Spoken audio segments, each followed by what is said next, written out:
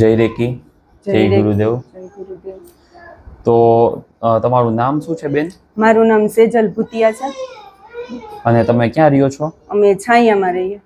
Okay, હવે તમે જરાક જે કંઈ પણ તમારા બાળકને પ્રોબ્લેમ હતી એની વારામાં જરાક અમને જણાવો. મારું બાળક અત્યારે 7 મંથનું છે.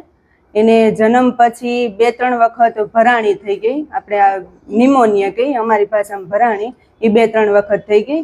તો 10 દિવસ પહેલી વખત તો એને દવાથી સારું થઈ ગયું. બીજી વખત એને અહીંયા 12 દિવસ એડમિટ રાખ્યો પોરબંદરમાં. એ પણ ઓક્સિજન ઉપર, કે આનું ઓક્સિજન લેવલ બહુ હાવ ઓછું છે કે તો એ ઓક્સિજન કાઢવું ને તો આમાં કંઈ નક્કી ન કહેવાય. એટલે અમને અહીંયાથી પછી રાજકોટ મોકલા, અમૃતામાં. ત્યાં અમે 10-12 દિવસ રહ્યા.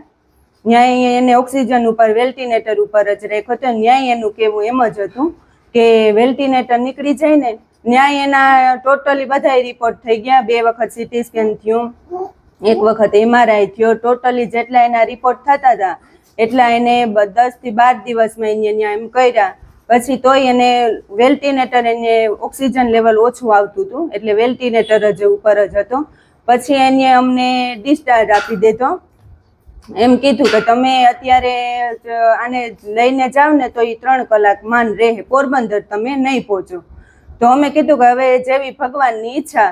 ત્યાં એમ કે અમે 10-12 દિવસમાં 3 થી 3.5 લાખમાં ખર્ચાઈ ગયા, પણ એ પ્રમાણે અમને કંઈ રિઝલ્ટ ન મળ્યું. છેલ્લે અમારે આવી રીતના જ અમને જવાબ મળ્યો મેડિકલમાંથી. એટલે અમે પછી ભગવાનનું નામ લઈ, કુળદેવીનું નામ લઈને ઘરે આવી ગયા. પછી મારા મિસ્ટરના દોસ્તાર છે એની અમને આ રેકીનું કીધું કે ત્યાં તમે 1 વખત ત્યાં જાઓ, ગીતાબેનને, ભરતભાઈને તમે મળો, ત્યાં તમને સારું રિઝલ્ટ મળશે. તો અમે અહીંયા આવ્યા. અમને સારું એમ 1 દિવસમાં અમને એમ થયું કે ના, અમને આશા છે કે અહીંયાથી અમને સારું થઈ જાય. પછી અમે કન્ટિન્યુ આવતા ગયા. અમે જ્યારે રાજકોટ થઈ આવ્યા ને ત્યારે 1.5 થી 1.5 વચ્ચે આનો વજન હતો. સાવ એટલે સાવ ઓછો થઈ ગયો હતો વજન. એટલે અમે અહીંયા આવ્યા એટલે કન્ટિન્યુ એમ માનો ને કે 3 થી 4 મંથ અમે આવીએ છીએ, 3-4 મંથથી. તો અમને જે ન્યાય અમે રિઝલ્ટ ન મળ્યું, આપણે આશા હોય ને કે મેડિકલમાં એટલા અમે 16 થી 17 ડૉક્ટરને બતાવ્યું તો આપણે એમ હોય કે ના આ ડૉક્ટરથી સારું થઈ જાય તો બીજે દોડીએ તો કે ત્યાંથી સારું થાય. પણ ત્યાં ક્યાંયથી અમને રિઝલ્ટ ન મળ્યું. એ રિઝલ્ટ અમને અહીંયા રેકીમાંથી આવીને મળ્યું કે 3-4 મંથમાં આખો એનો શારીરિક, માનસિક વિકાસ એકદમ ડેવલપમેન્ટ થઈ ગયું એના.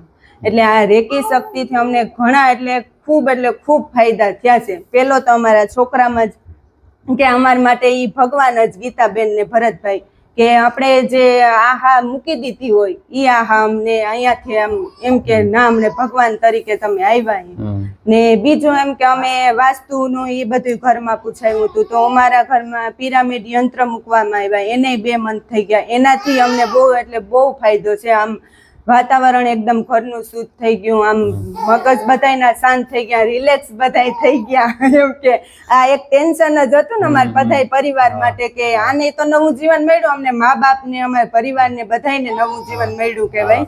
પછી અમે આ નોરતામાં શ્રીયંત્ર મૂક્યું. એનાથી અમને ઘણાય ફાયદા છે. એટલે હું જે બને એટલું બધાયને એમ કહું છું કે તમે 1 વખત અહીંયા મુલાકાત લ્યો, તમને બહુ સારું રિઝલ્ટ મળશે. જો અમે અત્યારે જે રિઝલ્ટ મળ્યું એ. ઓકે, એટલે તમે એમ કહેવા માંગો છો કે જે મેડિકલમાં ટર્મ્સમાં પોસિબલ નતું ઈ તમને રેકીથી આવીને મિરેકલ રિઝલ્ટ મળી ગયું. જેમ કે 17-18 ડોક્ટરમાં અમને એમ હતું કે અહીંયાથી સારું થાય, આખું મેડિકલ એમ કે ખોટું થયું. ને અહીંયા રેકીમાંથી અમને એકદમ એટલે સારું, એટલે બહુ જ સારું રિઝલ્ટ મળ્યું.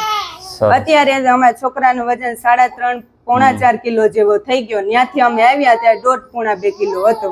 તમારી પાસે કે ફોટો મોબાઈલમાં હશે જ્યારે 2 કિલો હતો ત્યારનો? તો એ બતાડી શકશો? ઘરે ફોન પડ્યો મારે. ઓકે, વાંધો નહીં. ઠીક છે, તો હું આ વિડીયોમાં એ ફોટો પણ પોસિબલ હશે તો એ બેન પાસેથી લઈને મૂકી દઈશ. એટલે જે જોનાર છે કે ઓડિયન્સ છે એને ખબર પડે કે પહેલાં કેવો રિઝલ્ટ હતો અને અત્યારે કેવું છે. હું તમને એકવાર ક્લોઝઅપથી બતાડી પણ દઉં છું બાળકનું. જો આ બાળક એકદમ હેલ્ધી છે અત્યારે. એકદમ આમાં એવું લાગશે કે એ રિકવરી પણ બહુ સારી કરે છે.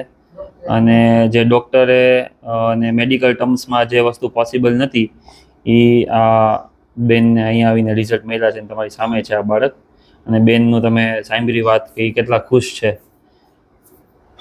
Thank you. જય રેકી, જય ગુરુદેવ. જય ગુરુદેવ.